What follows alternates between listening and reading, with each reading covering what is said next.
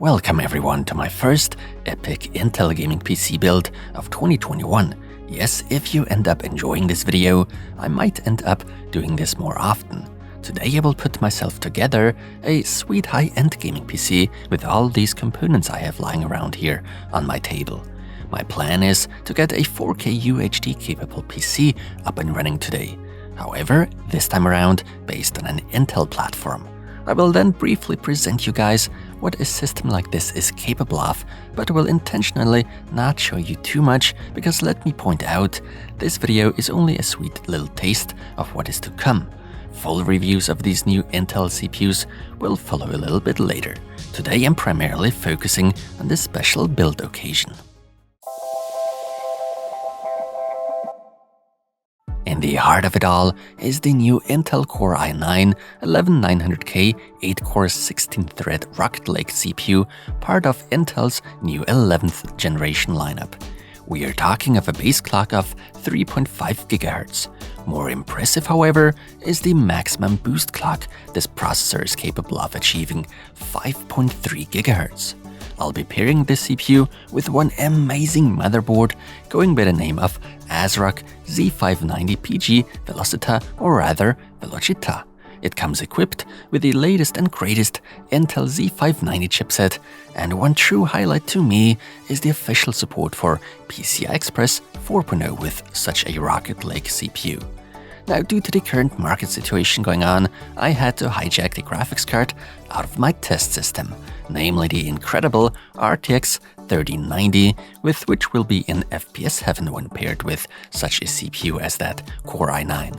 I also robbed my test system of memory, RAM, 16GB of G.Skill Flare X DDR4 3200 MHz with CL14 timings. To keep that i9 11900K cool, I'm going with the Arctic Liquid Freezer 2 240 AIO liquid cooler, but I will not actually be using its stock fans that come included. Instead, I'll replace those with two of these Deepcool CF120 Plus ARGB fans. After all, I have some sort of light show planned. To help with that, I even brought some random RGB stuff I had lying around, some of which I even ripped out of my personal secondary PC just for today's build. Needless to say, games and programs need storage. I've decided to go all SSD with this one. So for the Windows boot drive, as well as for the most important games and programs, I'm picking the ADATA XPG SX8100 1TB M.2 NVMe SSD. For a little bonus storage action, the Kingston KC600 2.5-inch SATA SSD with 512GB will do a fine enough job. Now, to provide everything with enough power, the Enermax Revolution DF 850W power supply will take on its duty. Last but not least, all that precious hardware collection needs to go somewhere fitting. I didn't want to go with something too big. It should be a little more compact, yet sleek. To my mind right away came the Fractal Design Meshify 2 Compact. Very well, I guess I'll no longer beat around the bush. Let's go ahead and start the assembly process. But before that, I'd like to give you a bit of a heads up. To my surprise, I ran into a bit of a clearance issue with the power supply and case. I solved it in a rather unconventional way. Alright, enjoy.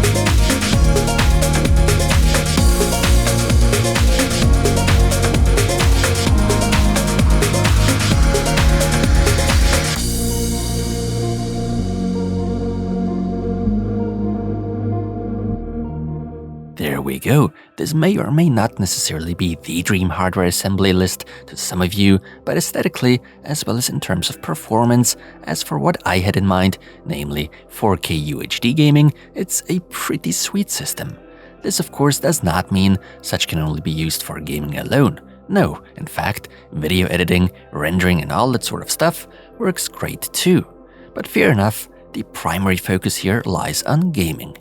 Furthermore, I am well aware of the fact that I by no means deliver any sort of meaningful test results, and that's my very intention. It's just supposed to be a sweet taste of the PC's 4K UHD capability at maxed out graphics settings, by the way. This in turn also means I'm deep within the GPU's limits, which can very clearly be seen when glancing over to the CPU load. It's incredibly low most of the time. The Intel Core i9-11900K, therefore, when gaming at such high screen resolutions, is enjoying a very relaxed and cool life. But even when taxing all 8 cores with demanding rendering, temperatures are looking great. At about 4.8 GHz with all 8 cores put to work, we are obviously talking of very high clock speeds. The quite high single-core performance also is very noticeable, to which we'll get to in greater detail in my upcoming full review of that CPU. So yeah, for me, I consider my mission accomplished. This project sure was a lot of exciting fun, and if you happen to have enjoyed it too, I might consider doing something like this more often in the future, although there's a lot of time and work involved in this. Needless to say, each and every one of us has different expectations when it comes to with what components a gaming PC is supposed to be equipped with and how it all should look like in the end. That's why I'm asking you, do you like the spontaneous PC build I threw together? With that being said, thanks for watching, take care everyone. My full reviews and comparisons of these new Intel CPUs will hopefully follow soon.